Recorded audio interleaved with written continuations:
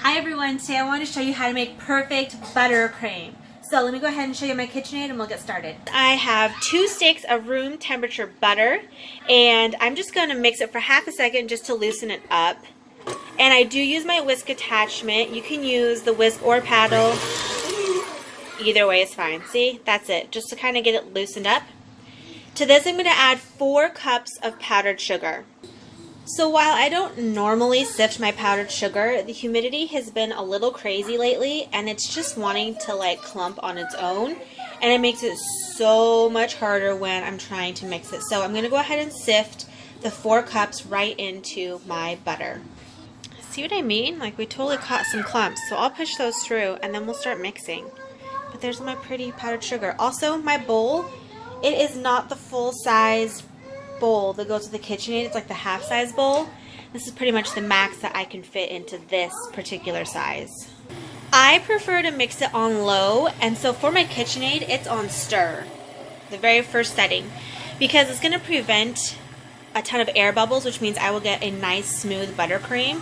Also, with this bowl being so shallow, I cannot just whip it on high and go to town. So I'm going to just keep it on this for a minute. You can see it starting to clump and starting to come together. And then I'm going to start adding in my flavoring and my water. For this amount, I'm going to start with just 1 tablespoon of water. Everybody's butter is going to be a different consistency for like quote room temperature.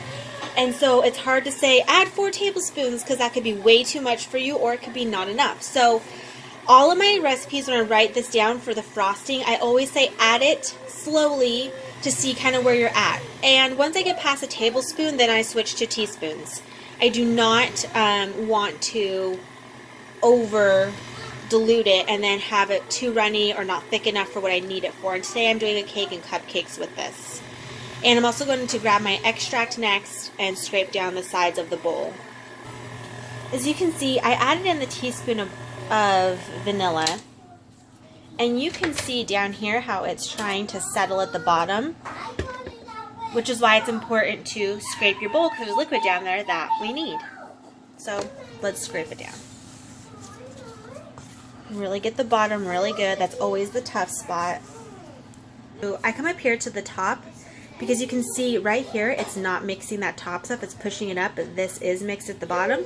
So I'm going to clear all that out to make sure we get a nice even mix. So I added 1 more teaspoon of water, and you can see how thick it still is.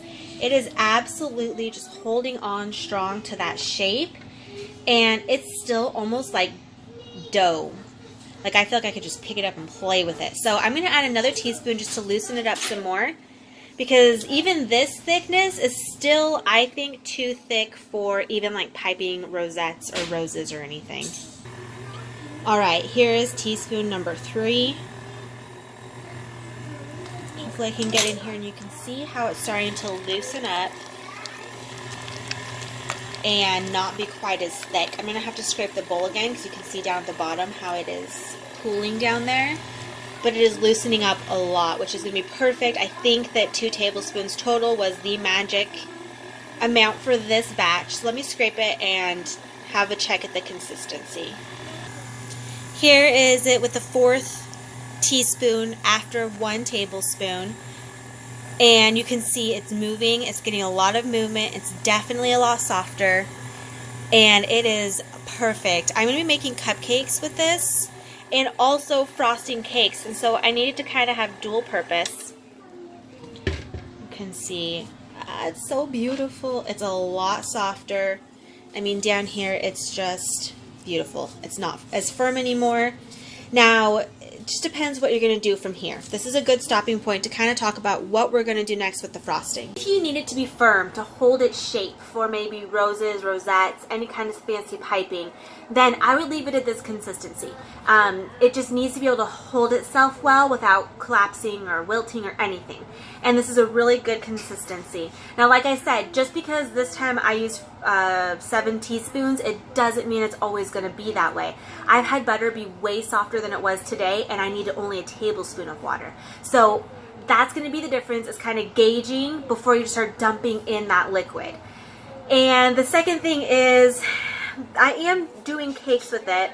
Now the cake, I do like the frosting to be a little bit softer. Everything I'm doing with the cakes is just going to be exterior, or it's just going to be like a plain frosting, and then I'm putting like sprinkles and stuff on top of it. So I don't want it to be too firm to where it won't like grab on and hold on to those sprinkles. And I also don't want it to just weigh down the cake. You can whip it, but the downside to that is with how much frosting we have in here, if you whip it, it's going to create a lot of air bubbles. Air bubbles mean it's not going to go on smooth to your cake.